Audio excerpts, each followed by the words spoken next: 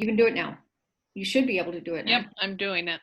Okay, well, I'm going to jump to the other two rooms and let them know what I just discovered, okay? Okie dokie. All right. Bye, everybody. Hey guys, if I disappear, it's because I have a water problem and I have a serviceman here. So if I disappear, it's because I'm actually away, but I'll come back as soon as I can. Perfect. So I pulled up the list. The first thing on there was coordinators. I imagine with us being a smaller district, there's possibility that some of us that are in here could be coordinators. So is anyone in here a coordinator? Yeah, I am. Yeah. So that was the first one on the list. Is there any thoughts as coordinators that you guys want to have? I guess one of the things that I'm wondering about is more like bringing new people in and advertising, which is related to coordination that someone brought up. It's at the bottom of the list with the change of formats. So the rest. I'm happy to move on from coordinator topics too. I don't know. I am not a coordinator, but I also deal with the advertising. So do I as a lead teacher. Right. So I had parents at the end of this last year who were not thrilled about the idea of coming back in person. So, and they haven't participated in any of the hybrid learning. So how do we reach some of these families with our possibly new format? That's a really great question. Do we want to start with reaching new families as the conversation? Thoughts? Sure. Yeah. Yep. One thing I wonder about with reaching new families is that birth to two, because there are a lot of new people in that infant toddler group. And so how do we reach those people? So I have to say for us, like we started our Facebook group only 2 years ago. And the first year we basically made a site. That was all we had a page and that was really it. But I have seen a lot of action on our Facebook group, and that seems to be a lot of our younger parents and families do something. Oh yeah, I saw something about that on Facebook, and then they're having the conversations. So they're not really completely in, but it starts the conversation. So that is one thing that I think was a good step on our side. And then the other thing that we did as a district is we pulled out from we had one big community ed book, and we were just a part of that. And now we've pulled out and we send individually to all of those families with just a small 2 to 4 page book that we send to each family. So when we get those cards, you guys all get the cards. I don't even know, I can't remember what they're called. Amazing Newborn Clinic, where we get them from. Say that again, Greta. I thought we get census cards. Yeah, the census cards. That's what I was trying to, I just couldn't think of what they were called. The Amazing Newborn Clinic often gets them filled out, and they'll give them to us before we even send them on for everyone else to fill them out. So that's where we get a lot of our stuff from, is from the clinic cards there to give those addresses and then send the book, like I said, individually to each of those new families. And I feel like in distance learning, that doesn't really change much. Those aspects seem to be the best thing. The thing that has hurt us in Albert Lea the most is we lost our hospital. Our hospital, all of the newborn baby things and everything have moved over to Austin. And so that's a connection we're trying to remake and trying to see I guess years ago, they used to make a little postcard advertisement thing. And so it doesn't have to be updated. It doesn't have to be, it's a very like generic ECFE, here's some basic contact information. And if you're looking for classes about being a parent and having kids, check this out. So we're thinking about revamping that and making that postcard to pass out to WIC and to the hospitals and clinics too. I was just going to say collaborating with some WIC, Head Start, anything like that right now might be really a good idea, because you could have if they're sending things out, they can send out that information as well. Also, guys, don't forget about the power of the free Facebook community group. Most communities have a happenings page or announcements page or whatever. And so if you word it right, and I feel like, you know, are you a parent looking for some support with your kids, or, you know, so, I mean, if you just if you find those groups that are popular, it may even be a garage sale group. Literally, like just an announcement page, that's free advertising. And then if you make the wording really, I'm considering doing a parent drop-in kind of thing, not really a Facebook Live, but a Zoom, just kind of a drop-in for the community. Yeah. And I would word it something like, you don't even have to show your screen. Like, I think there might be some parents who don't want to show themselves for whatever reason. Maybe they're anxious. Maybe they don't want people to know that they're struggling or whatever. And I'd say something like, you can just show up with just your name, you know? So anyway, so Facebook community groups. And just watch with the Facebook community groups too. They have a lot of rules about them. So for ours, like we couldn't advertise anything that was like a class thing. But when we did our whole advertisement for this whole session, they took that. So we said, hey, go to Facebook. We're going to be offering all these different classes and things, and this is how you can connect to it. So you can do like generic advertisement, but not like, and this class, and that class, and that class. That's when they cut you off. Don't you do it? Yeah, Ellen, do you post on that community group, or do you have, so I don't live in the community, but I'm part of the community group, but I'm wondering if it would be better to have parents post who live in the community. Any thoughts on that? That's a good question. I do live in the community. I haven't posted yet. I didn't, you know, I'm trying to figure out how to best do that and not be overwhelmed, and I have to clear it with my coordinator and et cetera. But I do live in the community and I would post.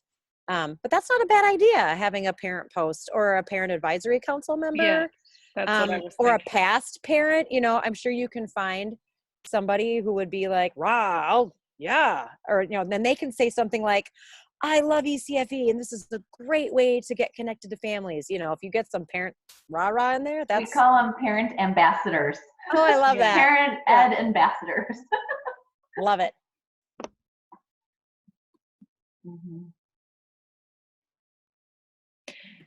I do post, and I'm not a part of all the communities that I work in, but I think that some coordinator or teacher posts are really important, actually, for us to be connected with the groups. So.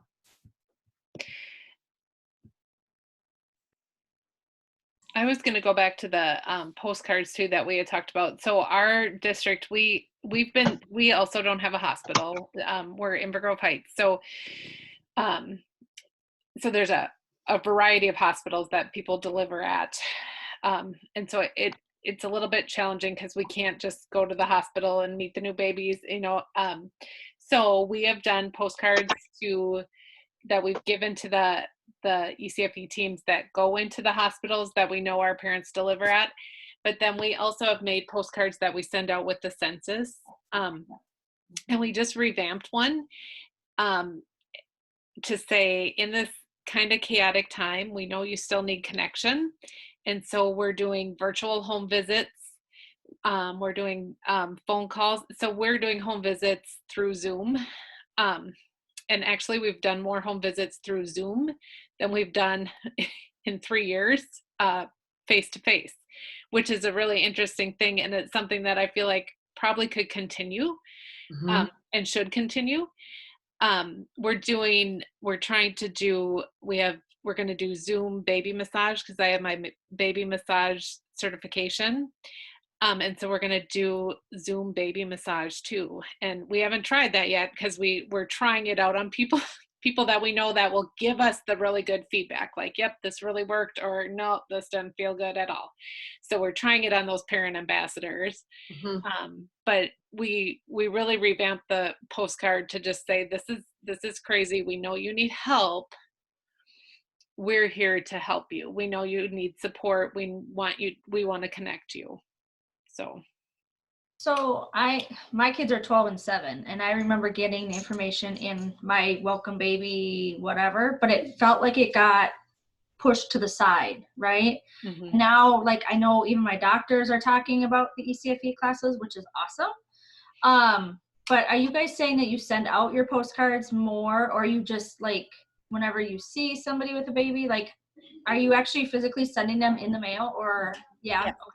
Yeah, we use the census list. And so we do have we get the census list, and then we pay for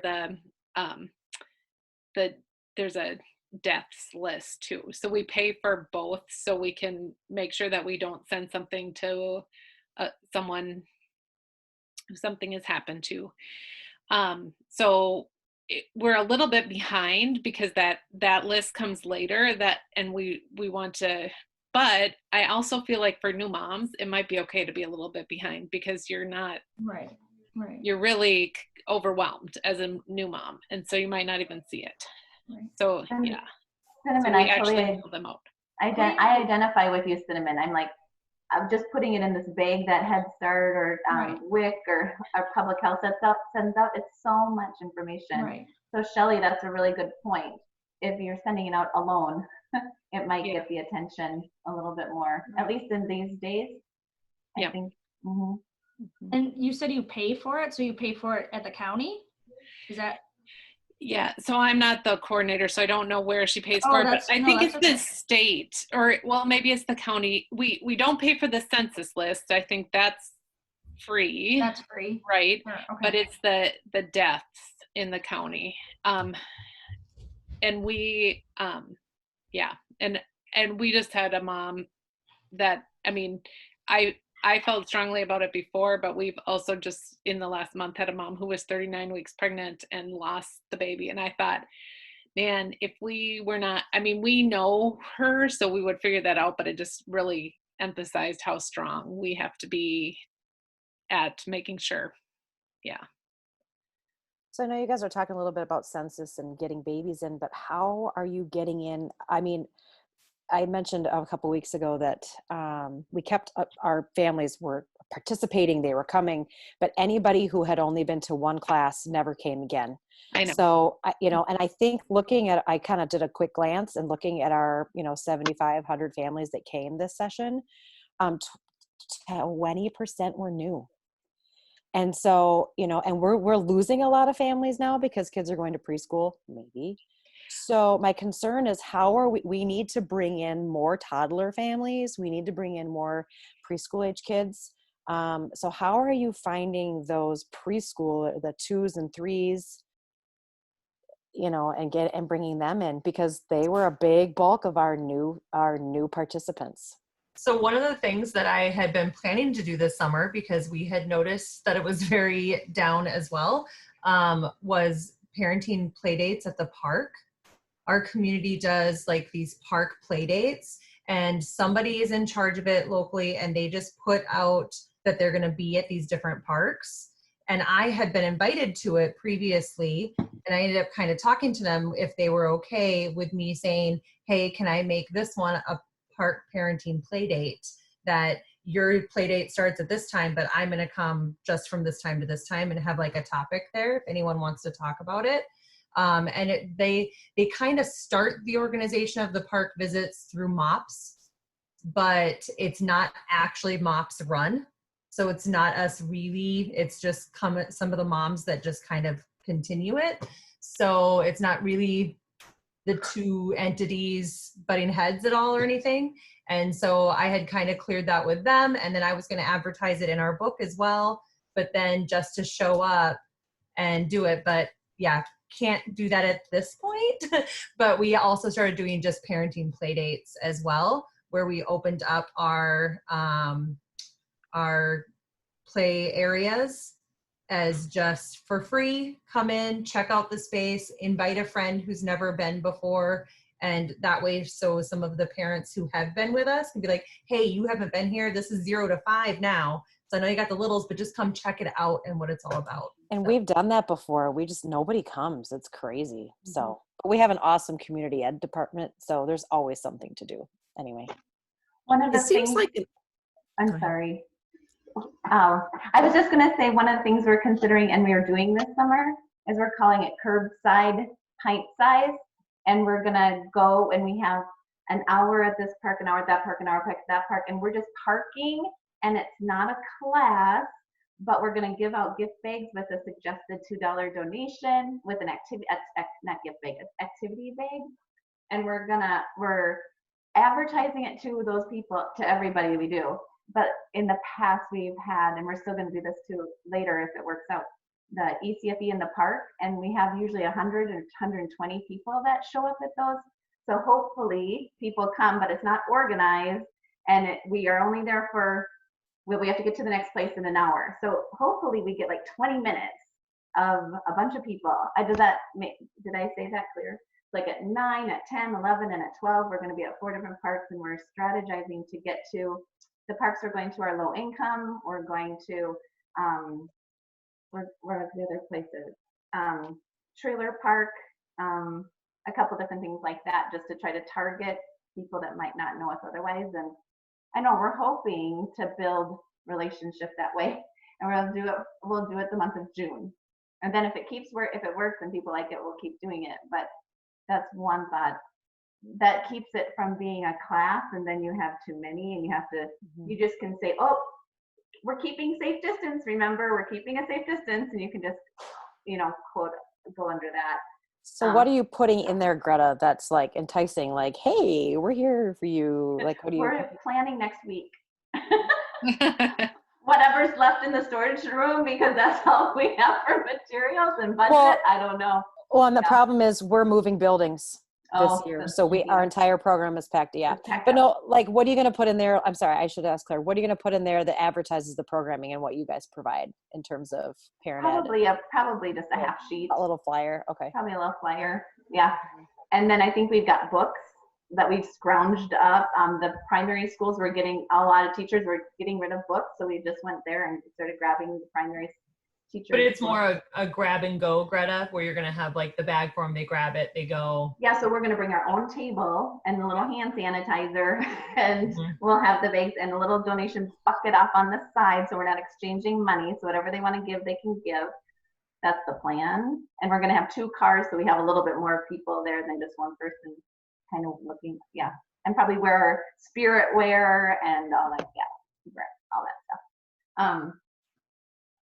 And for ECFE in the park, here was a thought that I had. If you you have to register, and you keep the numbers low and maybe have some defining spaces that might help. And you can say, and you're from the park on a field, then you could tell people who are coming and getting over the quoted number that we're supposed to have. You can say, oh, no, you had to sign up, and maybe do it shorter times and more frequently at different parks. I don't know, trying to keep those numbers low, but get out there. I feel like we're getting a big block in even planning anything like that at this point. If we are inviting more than 10 people, it's just a no. Can't happen. I think that's why curbside is like, we're just going to go and be in a place. And as people come and move through, is maybe a good idea. Yeah. So that's kind of summer stuff, but in terms of fall, I mean, I know like building some rapport during the summer will help you for fall.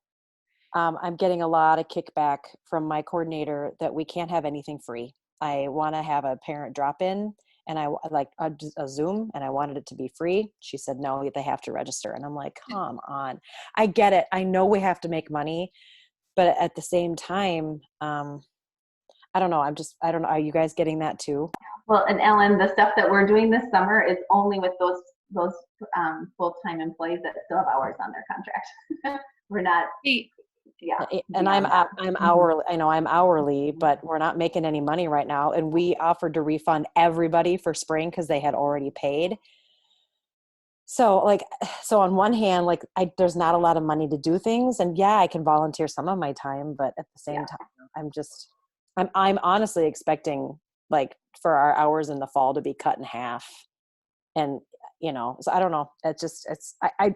I want to be able to provide really great programming in the fall, but I don't want to put in a ton of time and planning if we're not even going to have programs, because they may just decide, nope, no distance learning for ECFE. I don't know.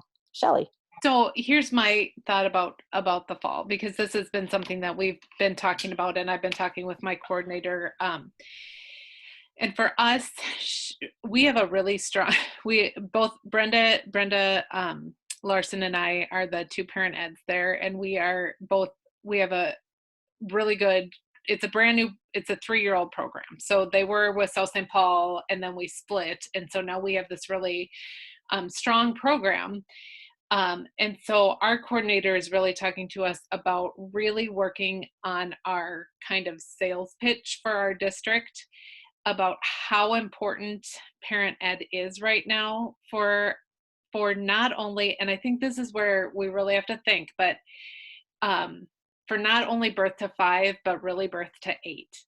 So I'm going to tell you, the spring session, we canceled everything, or, refunded everything and whatever. We did run some classes, and my parenting your elementary school child, I had every week, at least 6 out of the 8 that were registered were there every week. So that is my one. And they legitimately, so I think the other thing is thinking about it and I know what you mean about not thinking about planning, because it's hard because you don't want to put in all that time, but thinking about where else you could be used too. Mm-hmm. And I know that my coordinator just keeps talking about, we need to support these families, because who knows what school is going to look like for those kids. Mm-hmm. And it's a struggle. I have an 8-year-old and a 10-year-old, and it's been a struggle for me. I wish I had that group for me to go to, so I didn't have to lead it, so I could, do it. So I think one of the really important things would be thinking about what can you switch a little bit, or how can you show how valuable you are to your district. And we're totally an afterthought. We're totally an afterthought, but we're coming out trying to be guns blazing, I guess. Yeah. Sarah? So I feel like what we're starting to move into is that question of how to hybridize online and face-to-face. And so I'm curious, I love the idea of working into the early elementary.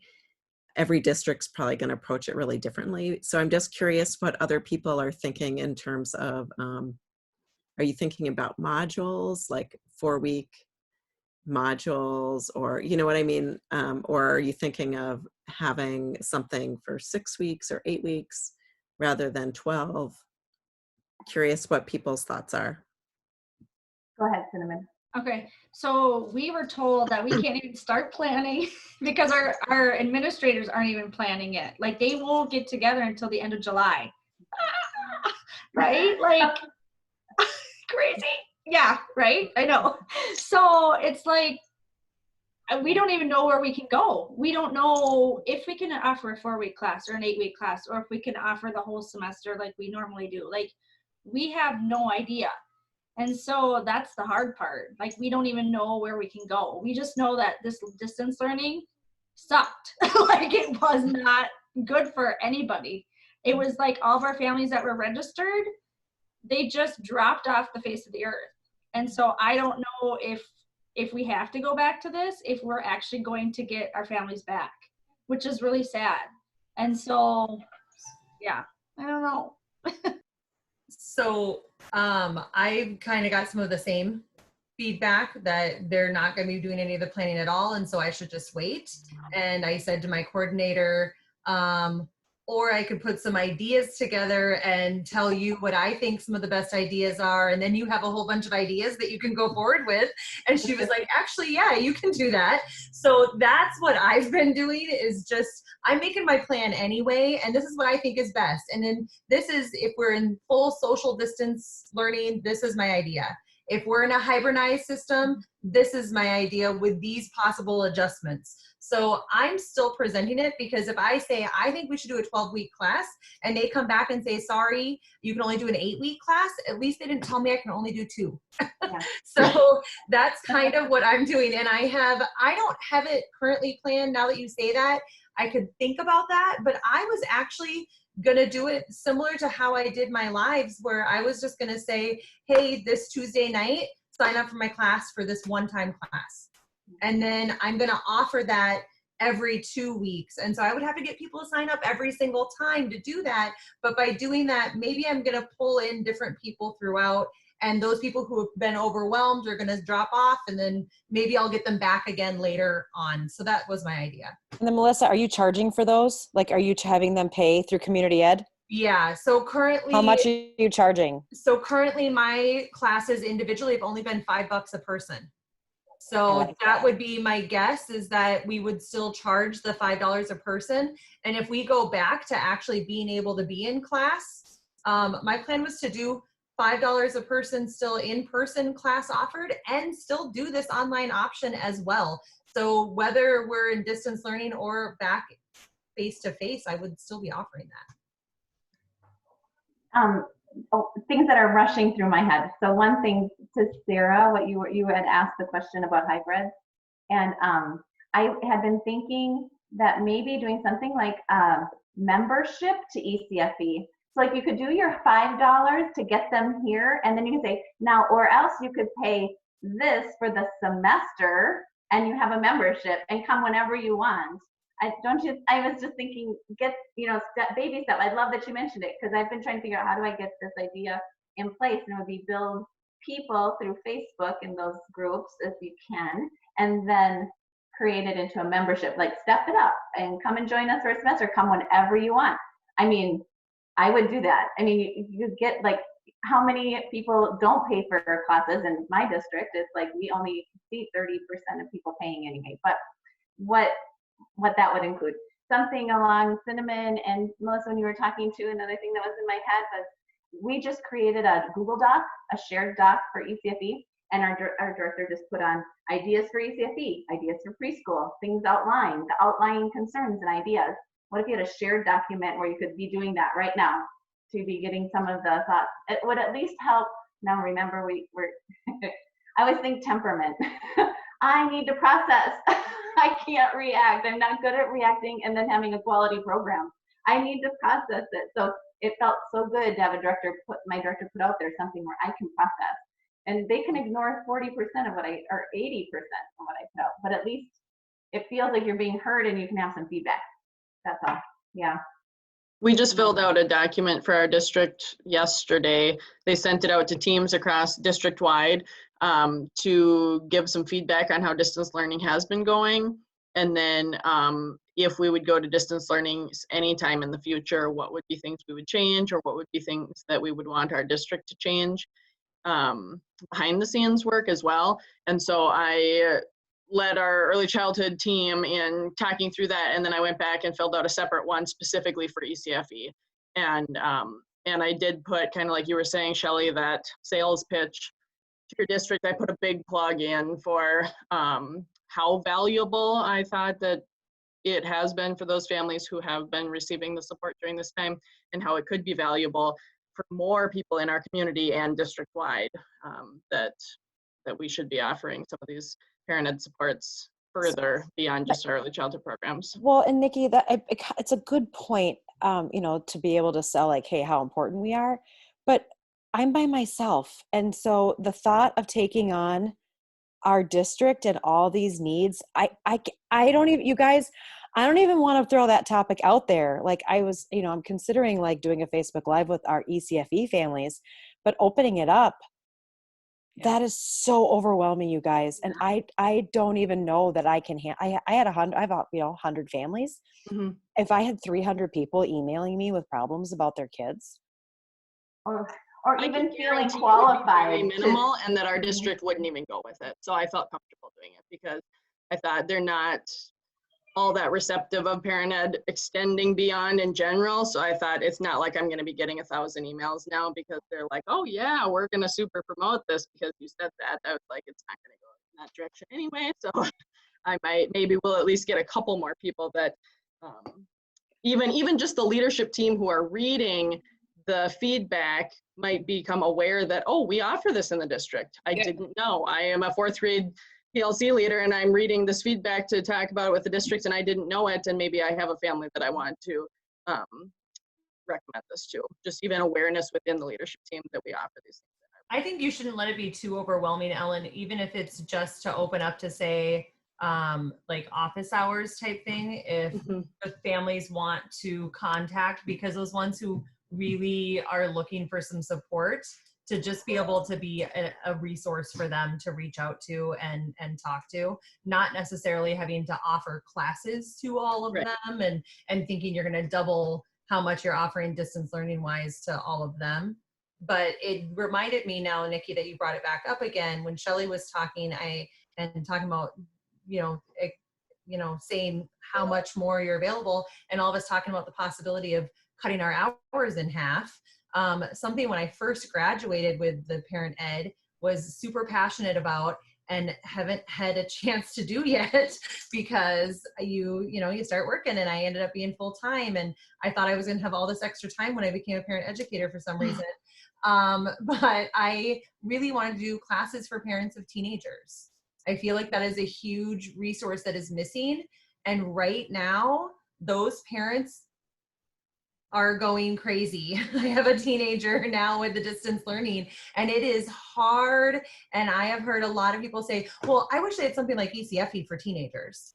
And so with that being the case, I actually reached out to my coordinator. My actual boss is the community ed guy. And so I said, hey, if this all does go distance learning again and my hours really are cut, I would like to offer a series for parents of teenagers through the community ed book, and making sure that that wasn't a conflict or anything for me to do. And he said, absolutely not a problem. So that's another consideration for all of us parent educators, that if we really do end up with less, there's a whole nother source of parents out there that might be looking for our support. That changes the cost, that changes, a whole lot of other things to consider with that, but an option anyway. On that, sorry, go ahead, Kim. Sorry, I don't have my video going because, good reason. Who else here, though, has more than one role in your district besides parent educator? Because that's another, we're all raising our hands. You can see us though, Kim? Right. Yeah, okay. I can tell you. Okay. Yeah. My computer wasn't working, so now I'm on my phone, and Anyway, and I find these are really great ideas that I've ruminated on as well, but then realistically, because not only am I a parent educator, but I'm a school readiness teacher in order to get to full-time in my district. The idea of trying to not only figure out how I might have to do one side of my job in the fall, but the other side is really overwhelming. And these ideas are all ideas I've ruminated on in the past. So how do those of us who have more than one position, how do we balance our planning for the parent ed along with the other things? I mean, how much time are you spending coming up with these proposals for the fall for parent ed, in addition to the other duties we're likely having to plan contingencies for as well? So I resonate with that, Kim. I'm here. I'm also an instructional coach for my entire building, which includes special education and stuff as well. And then I'm also the lead teacher for school readiness, and possibly having to teach some of those classes this next year too. This year, I was not teaching in that. I was just doing the coaching in the school readiness. But with all this distance learning, who knows? I might end up having to do some of this. And I do think that there's definitely a balance to it, and you have to know. But even if you're doing this school readiness distance learning stuff, you can't forget about your parents out there and the support that they need as well. So it's overwhelming because we've never done this before. but I think it's still really important to include them, and finding ways to include the actual parents of your students. Bonus to two birds, one stone, right? But if you have to do it separately from that, that would be where it gets a little bit harder again.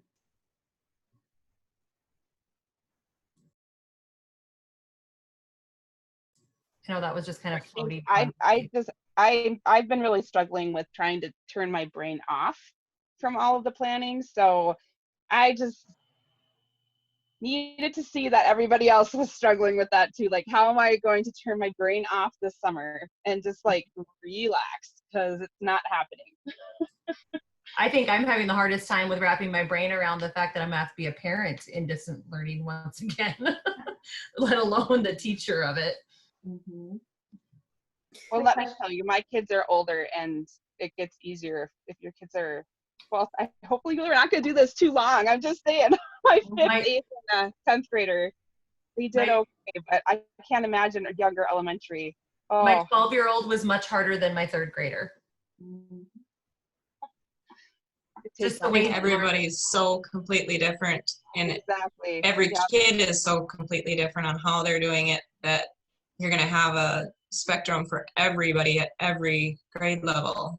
And that's something I think we need to keep in mind with our parents as well. Our parents are the same way. Like, a lot of us are feeling bad because we lost some of our parents, but we've gained other parents because those are the parents who learn that way. So, and the ones that we lost are probably ones that don't learn that way. So it's, you know, the balance in that is from 0 to oldhood. One of the things, Melissa, to kind of go off of that is, I think right now it's one thing to try to do the parent ed, but what about the other 2 components? And that's what I think is going to be that. I think the one component with children is what sells us. That's our special sauce. But what keeps us and satisfies is the parent ed. And so I think it's going to be thinking of those 3 components as we look at hybrids and as we look at programming in the fall. That will be interesting. And then I just have a question really quick, show of hands, if you wouldn't mind. Do you have screening coordinators that would like to get together and talk about some of this, like with me on a Zoom? I'm sure. And what you're thinking. Okay, did you hear that, Susan? Please. I did. I can do it. I can do it off on the side like I did that other thing, but or this. That would be awesome. Okay. I'm sorry, did you say early childhood screening? Yes. Early childhood screening coordinating. Yep, my coordinator does that. It's just her and me. Yeah, I would just love to think what that hybrid might have to look like. Yeah. If we don't get to do in person. Yeah. So you brought up, Greta, the early childhood though, and we haven't really talked about that portion of it. So one thing that I was thinking about, and I was talking with my coordinator about the other day, we noticed across our preschool the different levels of success in engagement with the different things. Mm-hmm. And definitely the more animated and, you know, fun, sassy, you know, those, they're a little bit more engaging. But also my lovely puppet Juliana coming out really helped. And we had another classroom where she was using puppets, and being able to add those puppets in there definitely added another level. It's almost like, even though I'm sitting here doing a circle time and I don't have any kids here, I have a kid here. And that kind of helps to make it feel a little bit more like that as well. So, and I feel like now coming in the fall, we have a little bit of a chance to up that game and think those are the conversations I'd love to do. Like, this is what we did, and okay, this worked, this didn't. How do we up it? How do we up the game for fall? Well, one thing that we're spending all summer, Kim, worrying about it, or anything, but right. We noticed a lot of our teachers were pre-recording videos and putting those in there, and it's just like watching TV then. It's missing that interaction. And so having the Zoom or the Google daily class meet is definitely high on our agenda, to do it that way. And like everything with me and my puppet was pre-recorded too. And it worked, and I got a decent amount of people often, but it's just not the same as being able to really engage back and forth. And that's the hard part, is how do you pick up scissors and paper and you know, whatever those base